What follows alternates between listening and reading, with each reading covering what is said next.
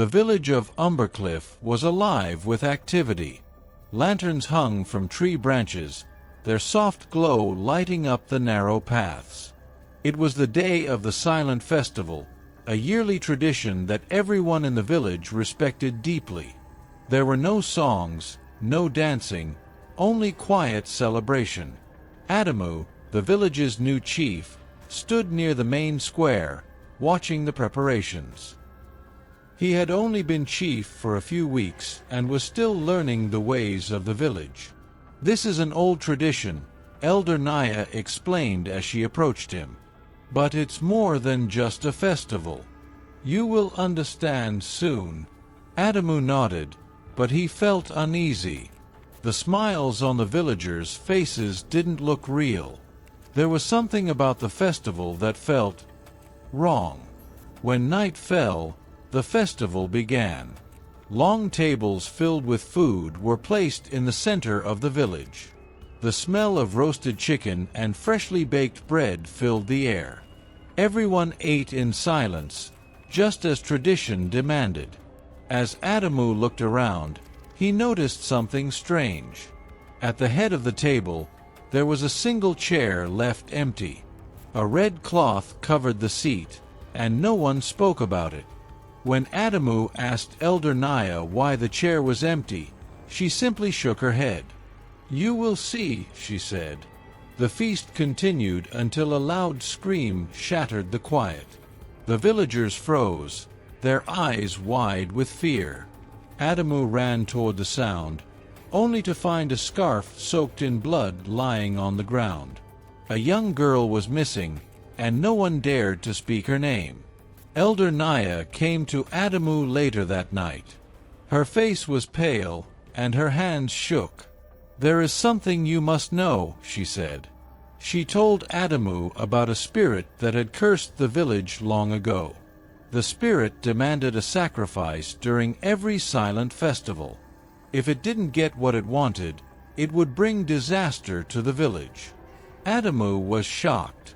He didn't believe in spirits, but the fear in Naya's voice felt real. "We can't let this happen," he said. But Naya warned him, breaking the spirit's pact could bring something worse than you can imagine. Adamu knew he had to do something. He couldn't let the festival claim another life. But where could he start? Determined to find answers, Adamu decided to explore the woods at the edge of the village. Elder Naya guided him to an old shrine hidden among the trees. The shrine was small and broken, with strange symbols carved into its stones. "This is where the sacrifices used to happen," Naya said quietly. "But the shrine was abandoned years ago." That's when the spirit grew angry. As Adamu stood there, a cold wind blew through the trees. He thought he heard a whisper, but when he turned, no one was there. He clenched his fists. "I will end this curse," he said. But deep down, he wondered if the spirit was listening. This is the start of the silent festival, with simple language and short chapters that build suspense. Let me know if you'd like the next chapters. The morning after the scream, the village was quieter than ever. People whispered in corners, avoiding Adamu's eyes. The once lively streets felt empty and cold. Adamu called a meeting in the village square. "We can't live in fear forever," he told the people. "We must find the missing girl and stop this spirit's curse." But his words were met with silence. One man finally stepped forward. "Chief, this is how it has always been," he said, his voice trembling. "If we don't give the spirit what it wants, it will punish us all." Adamu shook his head. "That's no way to live. We must be brave and fight back." But the villagers turned away, leaving Adamu alone with his thoughts. He realized that breaking the curse would be harder than he thought. Days passed, and 2 more children went missing. Their families were heartbroken, but no one dared to search for them. The villagers whispered about the spirit, saying it was growing more powerful. Adamu felt helpless.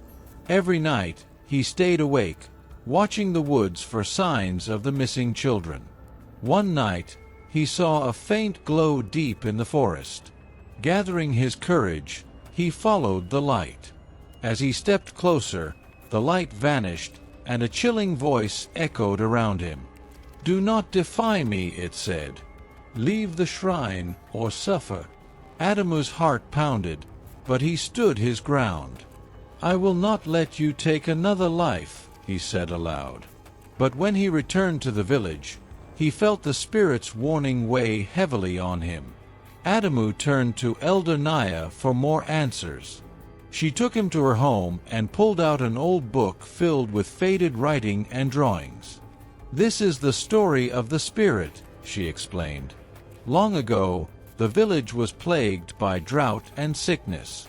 A mysterious traveler appeared and offered the villagers a deal: give a life each year, and the land would thrive. Desperate, the villagers agreed. But they didn't know the traveler was a vengeful spirit in disguise. When we stopped the sacrifices, bad things started happening again," Naya said. "The spirit will not forgive us." Adamu stared at the book. He understood the past, but he couldn't accept that the future had to be the same. That night, Adamu began seeing strange signs around the village.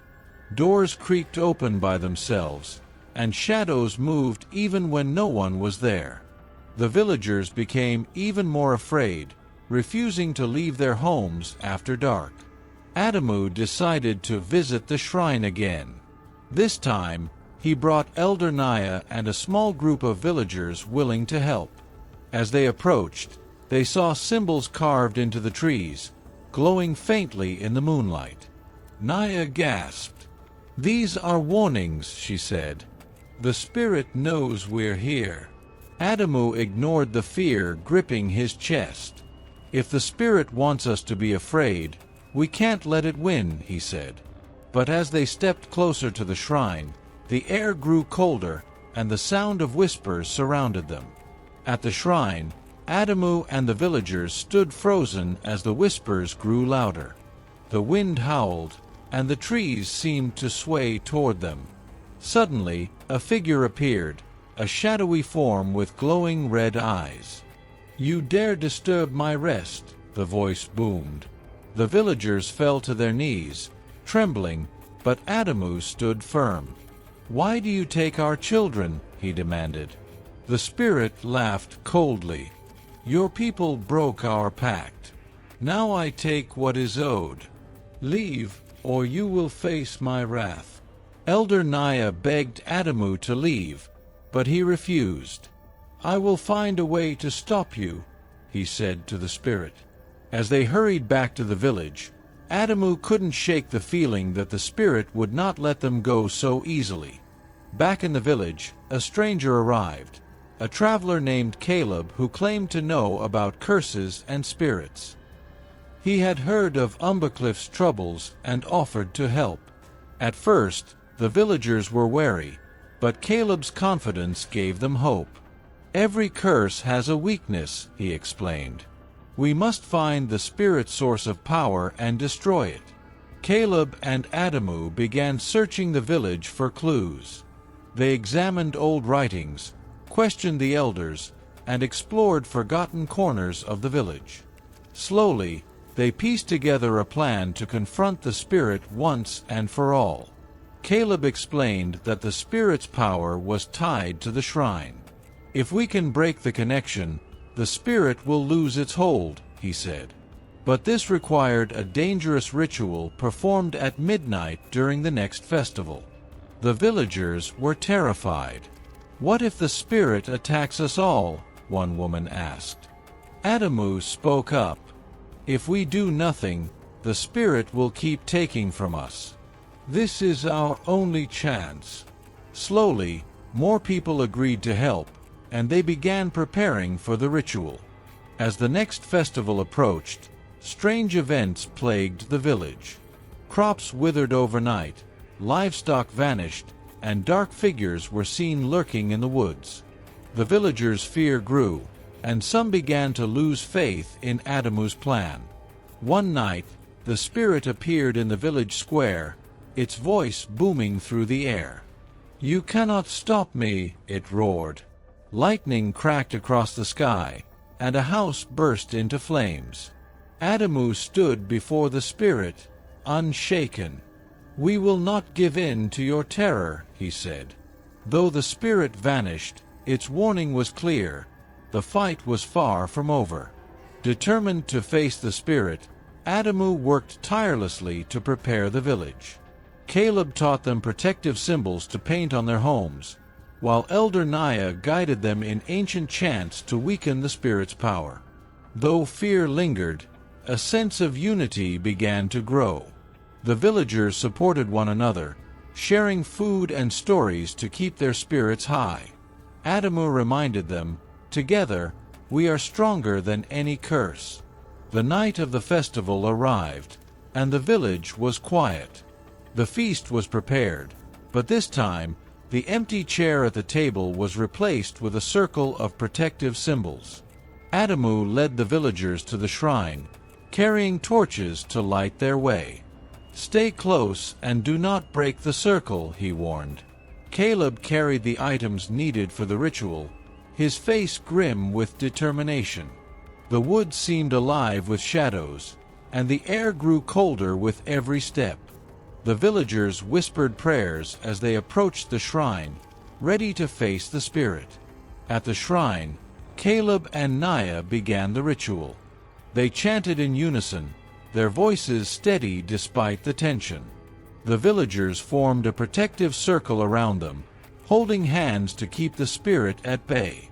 The ground trembled, and the spirit appeared, its shadowy form larger than before. "You cannot break the pact," it roared. Adamu stepped forward, holding a relic they had found in the woods. "Your time here is over," he said. He threw the relic into the fire, and the spirit let out an ear-piercing scream. The spirit lashed out, sending gusts of wind that scattered the villagers. Some screamed and ran, but Adamu shouted for them to hold the circle. "We must stay strong," he cried. The spirit's voice filled the air. "You are fools to challenge me." It lunged toward Kaleb, who continued chanting without fear. Adamu stood in its path, blocking it with a shield of symbols. The battle raged, but the villagers' unity began to weaken the spirit. For the first time, its form flickered, as if it were losing power. As the ritual reached its climax, Kaleb revealed the final step: a life must be offered to break the curse. The villagers gasped in horror, but Adamu didn't hesitate. "I am the chief. This is my duty," he said. Before anyone could stop him, he stepped into the center of the circle.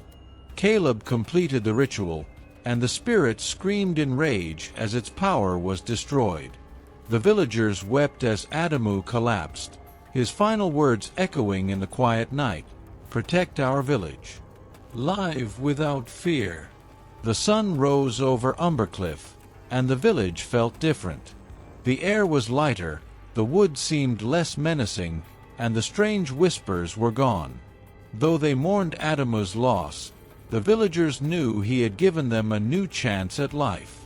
They repaired the shrine, not to honor the spirit, but to remind them of their freedom and courage. Life slowly returned to normal. Crops grew again, and the missing children were found wandering the woods, confused but unharmed. The village came together to rebuild what they had lost. Elder Naya became a guide for the new chief, a young man inspired by Adamu's bravery. Together, they promised to lead the village with wisdom and strength. The silent festival was no longer a time of fear. Instead, it became a celebration of Adamu's sacrifice. The villagers sang songs, told stories of his bravery, and lit lanterns in his honor. Children grew up hearing the tale of how their chief saved the village from darkness. It reminded them that courage and unity could overcome even the greatest of evils. Years passed, and the village of Umbercliff flourished. The silent festival was no longer a ritual of fear, but a time of unity and remembrance. The villagers would gather to honor Adamu's bravery and their victory over the spirit. One silent festival, as lanterns floated into the sky, a cold wind swept through the square. The lanterns flickered and dimmed. Elder Naya, now frail but wise as ever, sensed a familiar presence. "The spirit," she whispered. A shadow appeared at the edge of the woods. The villagers froze, their old fears creeping back. The spirit's form was weaker than before, but its voice carried a warning. "You have broken the pact, but my essence remains. I will return unless one among you shows the courage of the past." The villagers looked at one another, unsure what to do. Naya stepped forward. "We do not fear you anymore," she said firmly. "Your curse has no power here. Leave us in peace." The shadow hesitated, then laughed softly. "We shall see." With that, it faded into the woods, leaving the village in uneasy silence. Elder Naya called a meeting the next day. "The spirit tests us," she told the villagers. "It wants to see if we will crumble under its shadow. But we must stand strong, just as Adamu taught us." The villagers spent weeks reinforcing their bond. They repaired homes, tended to crops together, and shared stories of courage. The new chief, Amani, led with wisdom and kindness, reminding everyone of the strength they had shown years ago. The spirit's whispers faded, and its presence grew weaker. The villagers believed their unity was the key to keeping the spirit at bay. As the village thrived, the children who had once gone missing began to show strange signs. They often wandered to the edge of the woods, staring into the trees as if listening to something only they could hear. One night, Amani followed one of them, a boy named Tay, as he walked into the forest. "Tay," she called, but he didn't respond. Instead, he whispered, "It calls me." Amani pulled him back and took him to Elder Naya. Together, they realized that while the spirit's power had been broken, it had left a mark on the children it had taken. "We must protect them," Amani said. "They are part of our future, and we cannot let the spirit reclaim them." Kaleb, the traveler who had once helped the village, returned with news. He had been studying the remnants of the curse and discovered that the spirit's essence was bound to a hidden relic deep in the woods. "Destroy the relic, and the spirit will vanish forever," he explained. Amani gathered a group of brave villagers to search for the relic. They ventured deep into the forest, guided by Kaleb and the children, who seemed to sense its location. After hours of searching, they found a small, ancient box buried beneath the roots of a massive tree. When they opened the box, they saw a glowing shard, pulsing with dark energy. "This is it," Kaleb said. "The spirit's heart." Destroying the relic required a sacrifice, not of life, but of memory.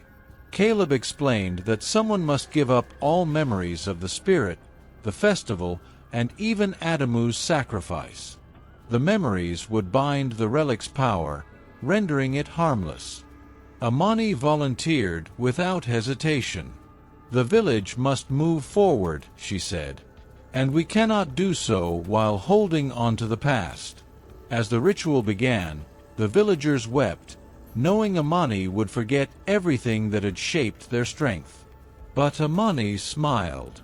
"This is for the village, for Adamu, and for our future."